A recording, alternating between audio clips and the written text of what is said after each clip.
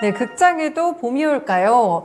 제목에 약간 힌트가 있는 것 같습니다. 요즘 극장에서 굉장히 또 흥행하는 영화가 있다고 하는데 저도 이제 주변 동료들하고 얘기를 하다 보니까 서울의 봄이 그렇게 재밌다고 네, 다들 맞아요. 얘기를 하더라고요. 혹시 연희님 보셨어요? 저는 아직 안 봤고 주변에서 이거 본다고 또 SNS에 인증을 엄청 하더라고요. 네. 같은 챌린지까지 또 유행하고 있다던데 굉장히 빠른 속도로 흥행을 하고 있는 것 같습니다. 네, 아무래도 국내 실제 있었던 사건들을 맞아요. 위주로 바탕으로 다뤘기 때문에 더욱더 좀 이렇게 관심을 받는 것 같습니다. 저도 이제 얼마 후에 좀 보려고 예매를 하려고 하는데 일단 서울의 봄이 뭐 개봉한 지 얼마 안 됐는데도 이렇게 입소문을 빠르게 좀 타고 있어요. 지금 누적 관객 수가 어떻게 되나요? 지금 서울의 봄이 11월 22일에 개봉을 했거든요. 그리고 개봉하고 5일 만에 200만 명이 넘는 사람들이 관람을 했고요. 제가 어제를 기준으로 누적 관객을 봤더니 213만 명이었어요. 그리고 네. 이제 오늘 다시 어느 정도 좀 올랐나 봤더니 이제 어제 213만 명이었는데 이제 방송 들어오기 전에 살짝 봤더니 236만 명까지 또 빠르게 올랐더라고요.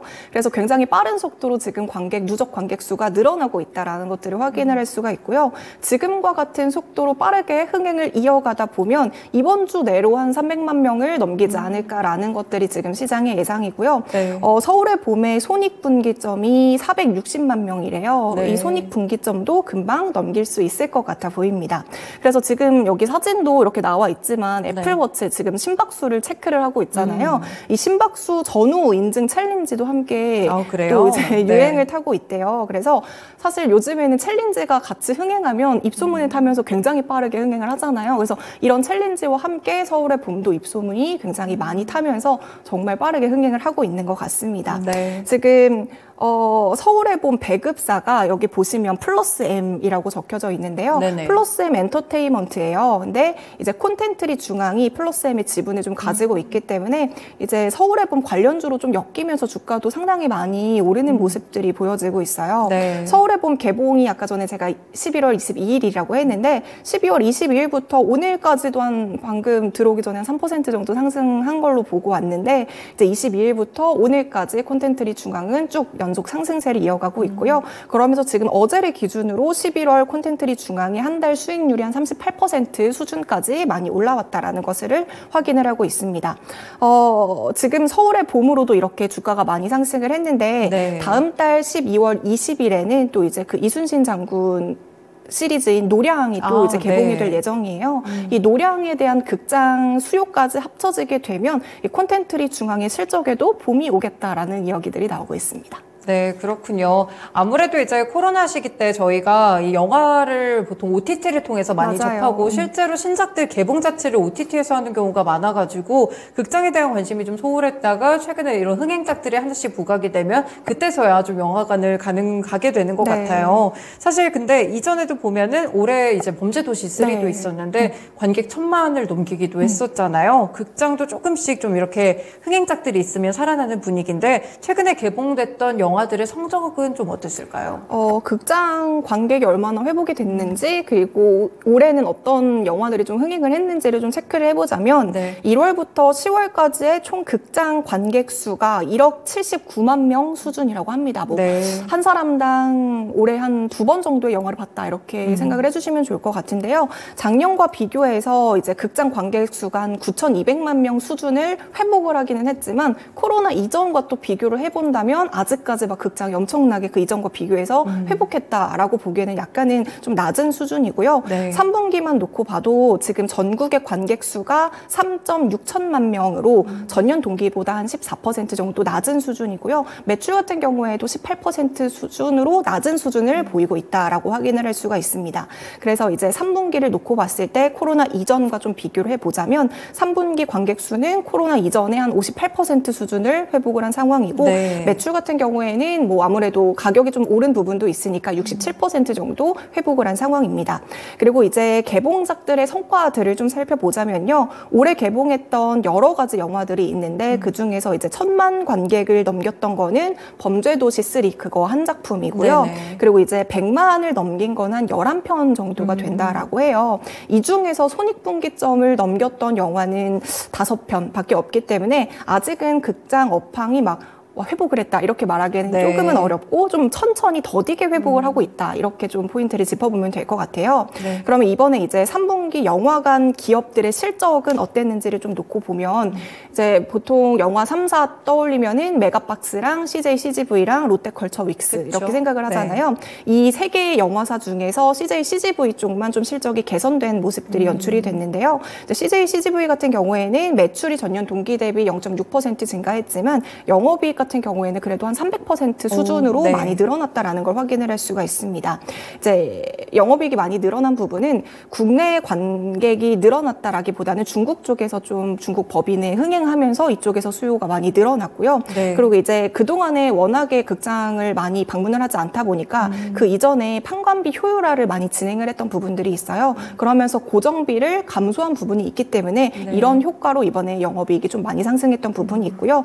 반대로 메가박스랑 롯데컬처스는 이제 둘 다 영업이익이 좀 감소를 했고 메가박스 같은 경우에도 이제 나머지 두 기업은 해외 쪽에 법인이 있지만 메가박스는 이제 국내 쪽에서만 영업을 하고 있기 때문에 이제 관객 수가 회복되지 못하면서 매출 영업이익 모두 감소를 했고요. 이제 롯데컬처스 같은 경우에는 베트남 법인이 좀 부진하면서 네. 이번에 실적에도 좀 악영향을 줬습니다.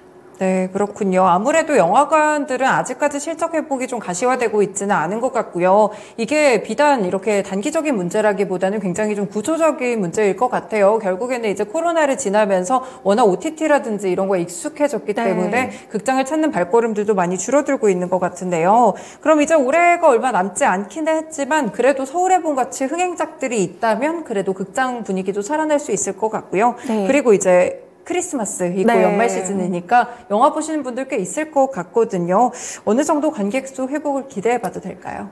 사실 극장은 연말이 약간 성수기긴 그쵸, 해요. 우리도 네. 생각해보면 영화관 자주 춥고요. 갔을 때 맞아요. 이제 크리스마스 시즌도 있고 연말 시즌도 있다 보니까 그때 영화관을 굉장히 많이 갔던 기억이 있는데요. 지금 해외와 비교해서 국내 극장가에서 관객 수는 좀 앞서도 말씀드렸다시피 회복 수가 조금은 더디지만 올해 그래도 남아있는 개봉작들이 조금 더 있기는 합니다. 어떤 개봉 예정작들이 있냐? 제가 앞서서 잠깐 말씀드렸던 그 이순신 시리즈인 네. 노량이 지금 12월 20일 크리스마스 시즌 그 즈음에 이제 개봉 예정인데요. 이제 노량 같은 경우에는 명랑이랑 한산에 이은 또 이제 이순신 시리즈로 명랑 같은 경우에는 2014년도에 개봉이 돼서 그때 이제 관객 수가 1000만을 넘었어요. 1761만 명의 관객을 좀 달성을 했고요. 한산 같은 경우에도 저도 이때 이제 팬데믹 기간이었는데도 한산을 굉장히 재밌게 봤던 기억이 있는데 네. 그 당시에도 이제 726만 명의 관객을 좀 확보를 했던 부분들이 있습니다. 그래서 이번에 명랑이랑 한산에 이어서 노량도 좀 비슷하게 관객 수가 많이 늘어나지 않을까라는 좀 시장의 기대감이 있고요. 네. 또 이제 12월 6일 같은 경우에는 나폴레옹도 이제 개봉이 되는데 나폴레옹 같은 경우에는 이제 우리나라 이전에 다른 국가들에게 먼저 좀 개봉이 됐던 부분들이 있어요. 다른 나라에서 개봉이 되고 성과가 어느 정도였느냐? 개봉되고 첫 주말에 이제 유럽 국가랑 중동권을 포함해서 10개 국가에서 박스오피스 그 1위를 좀 달성을 하면서 네. 국내에서 개봉이 되면 좀 비슷하게 관객 수를 확보할 수 있지 않을까라는 기대감도 함께 이제 올라오고 있습니다. 그래서 이제 하반기까지 남아있는 기대작들이 서울의 봄이랑 노량이랑 나폴레옹 이 세 가지 작품들이 네. 남아있기 때문에 그리고 이 세 가지 작품들의 장르들이 좀 다 각각 다르잖아요. 그렇기 때문에 극장을 찾아오는 관객이 더 늘어날 수가 있고 이렇게 좀 흥행 개봉작들이 많으면 네.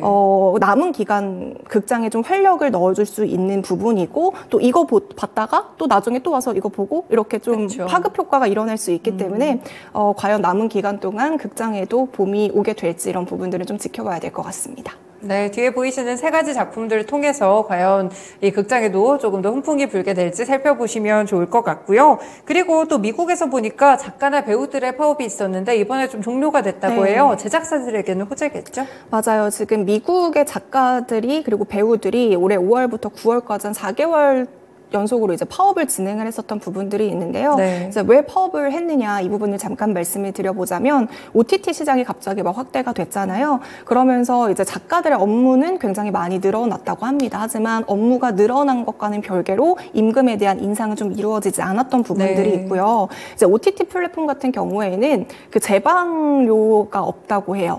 그래가지고 이런 부분들도 약간 불만이 있었고요. 또 이제 AI 시장들이 커지면서 제작사에서 통해서 챗봇으로 작가의 업무를 대체시키려는 이런 움직임들이 생겨나기 시작하면서 작가들이 이번에 좀 파업을 하기 시작했고요.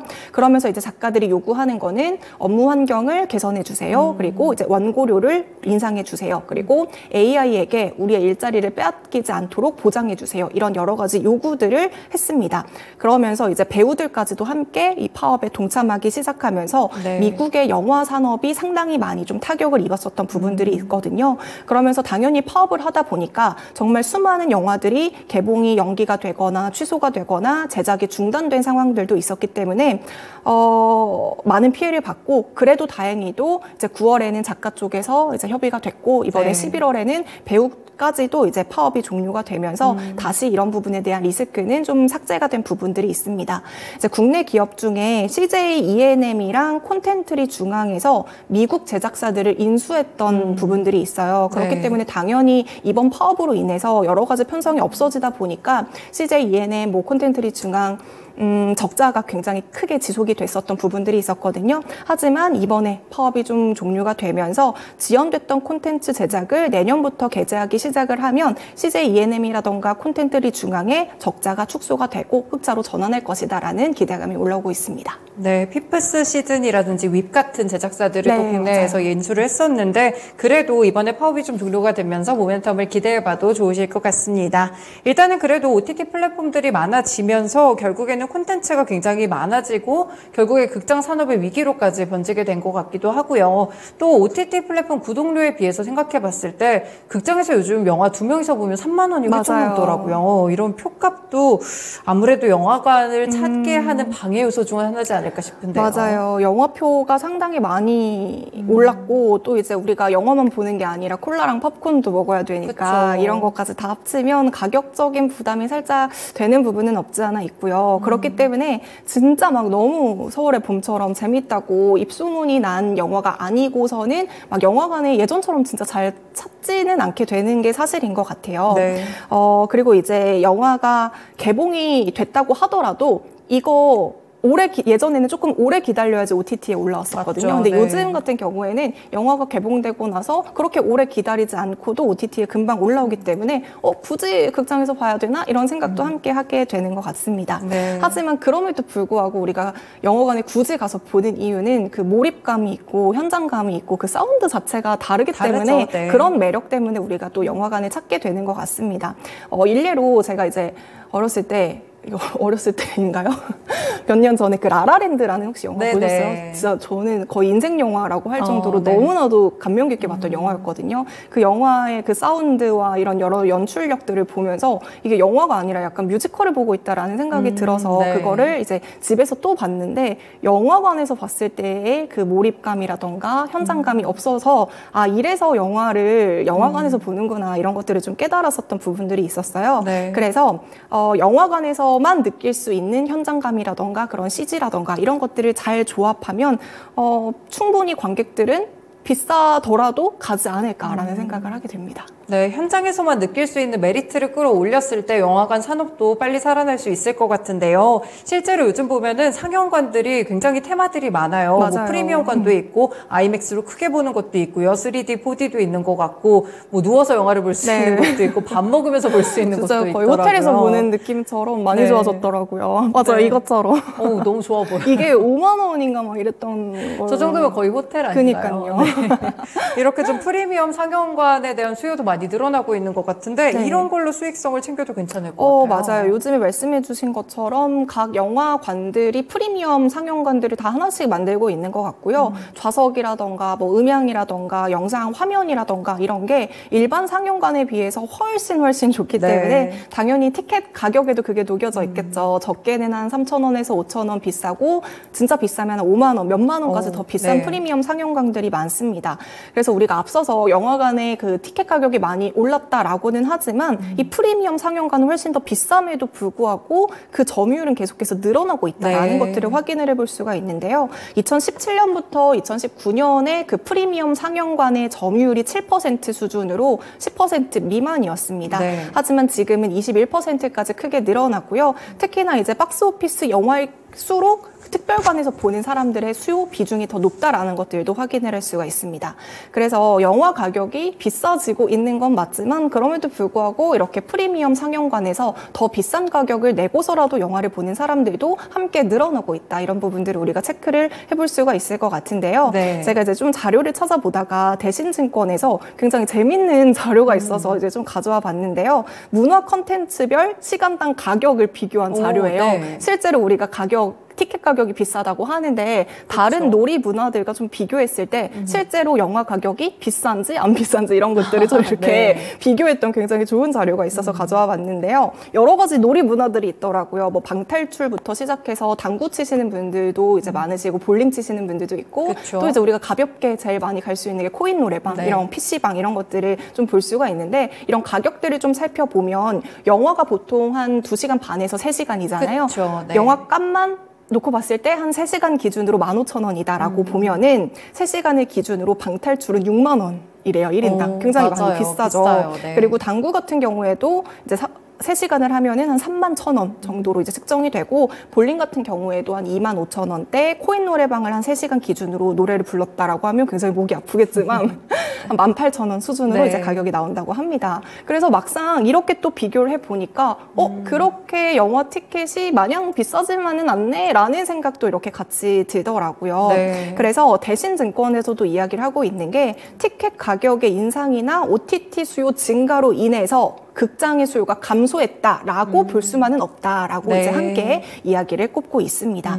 하지만 이제 또 소비자 입장에서는 비싸다고 느낄 수가 충분히 있는 부분이잖아요. 네. 그래서 이번에 극장가랑 영화 업계에서 영화표를 좀 할인해주면 어떻겠냐라는 이야기들이 좀 나오긴 했었어요. 그래서 지금 같은 경우에도 이제 매달 마지막 수요일에 문화의 날이라고 해가지고 영화를 7,000원에 볼 수가 있거든요. 네네. 그런데 이제 한 달에 한 번 수요일 7,000원 이게 아니라 매달마다 수요일마다 7,000원으로 볼 수 있게 해주면 안 되겠느냐. 이렇게 네. 하면 극장에 사람들이 더 많이 오고 빠르게 극장을 활성화하는데 좀 도움이 되지 않을까라는 이야기들이 나왔지만 결과적으로는 이 부분이 좀 무산된 부분들이 있어요. 하지만 그럼에도 불구하고 이러한 이야기가 나왔다라는 것 자체가 또 다시 극장의 여러 가지 이벤트라던가 프로모션에 대한 이야기들이 추후에 또 나올 수 있는 부분의 기대감으로 연결될 수 있기 때문에 앞으로 이제 또 어떤 혜택들이 있을지 이런 것들도 살짝은 기대해 볼 수도 있지 않을까 싶습니다.